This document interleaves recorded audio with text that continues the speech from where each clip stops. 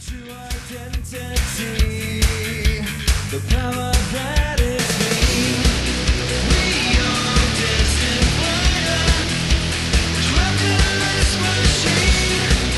Don't know how long we've waited, as the eggman's watching. We are destined fire, looking through the screen.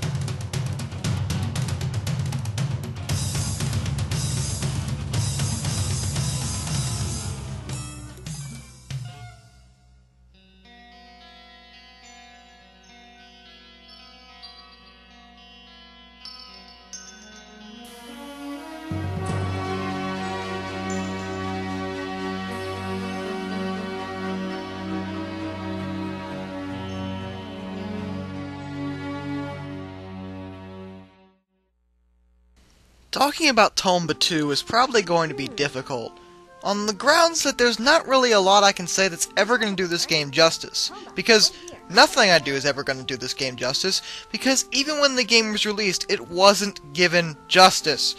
The Tomba franchise is easily one of the most forgotten franchises in gaming history, and it's a shame too, because Tomba 1 and Tomba 2 are easily two of the best games available on the PS1. Naturally, this time I'm going to be talking about Tomba 2, as I feel it is a little bit superior to Tomba 1 in a few ways.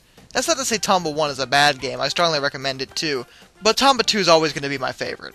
One thing I'll always like about the Tomba franchise is that it wasn't afraid to be a little, well, weird.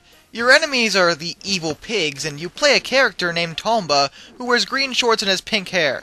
I mean, come on, how more crazy can you get? I like it because this was before games felt a need to get gritty and serious and hardcore. That's not to say there's anything wrong with that, but I appreciate the way games used to be. The first thing you might notice that's interesting about Tomba 2 is the graphical presentation. Besides the fact it looks good, look closer. You see something different, something you don't see very often, or at least you didn't back then. Remember how everyone was all excited and flipping out that new Super Mario Bros. Was using this cool, super innovative 2.5D graphics design, where the Mario sprites were 3D, but it was set on a 2D kind of backdrop, so it felt more classic? Well, you know what? Fuck you, because Tomba 2 did it a full 7 goddamn years before Mario ever thought of the idea. Okay?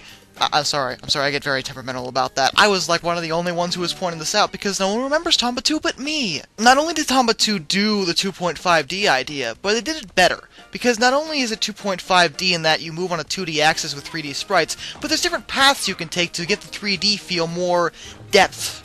You really sink into the environment, and it really helps, but it doesn't lose the classic feel. I think this really helps the game because Tomba, both games, were always about adventure. It was about exploring and it was about doing quests. It had a lot of RPG aspects and mixed them with platforming, and it worked really well. Besides your main quest, there's also a lot of different side quests you can do. Some are required to continue the main quest, others are completely optional. You'll get certain rewards that'll help you with the main quest, different weapons, different upgrades, things like that. On top of that, you're always given adventure points for the quests you complete. These can be used for certain unlockables later in the game. I can't spoil those though. This is one of those games that I'm really going to try not to spoil for you. I don't want to show you much of it, because this is the game where there isn't a specific point in the game that I can say, this is what this game is all about. It wasn't like the last two reviews I did where I said, okay, this is a really awesome moment. Oh, and here's a really awesome moment. No. This time, I'm talking about a game that you're in for the entire experience. It's one lump experience, and there's not really any point that I could say was truly bad about it. And it's not common I say that about games. Usually there's one or two parts where I'm like, God, this fucking sucks. Not so with Tomba 2. With the innovative graphical design, with the solid gameplay, with the RPG aspects, with the adventuring, and with the multiple environments to explore, we're talking about a game that you really have to play it in order to appreciate.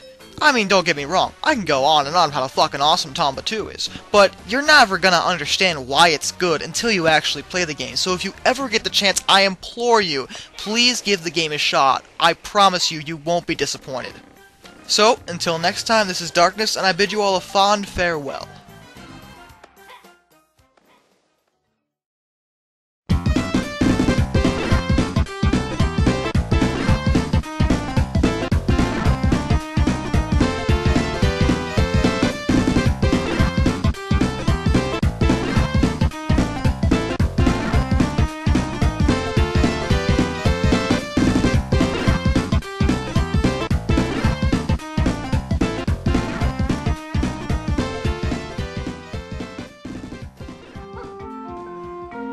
Please don't talk to me right now. I'm trying to find that star-shaped card that goes to the bridge.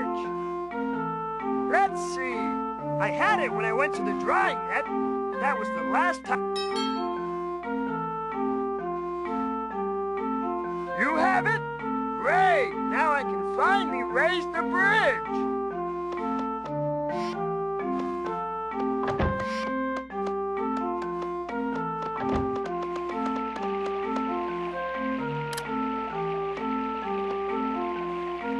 Here goes! Cross your fingers! Almost there!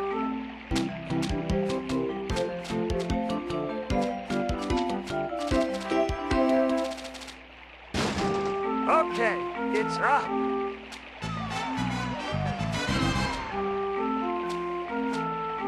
You can cross the bridge now. Look out for the... If you get too close, they'll bite you unless you have a crab basket. They're pretty nasty critters. And remember, buckets are for water, baskets are for crabs. Don't get confused. The crab basket. That's right, a crab basket. I believe I saw a winged pig with one not too long ago. Okay then.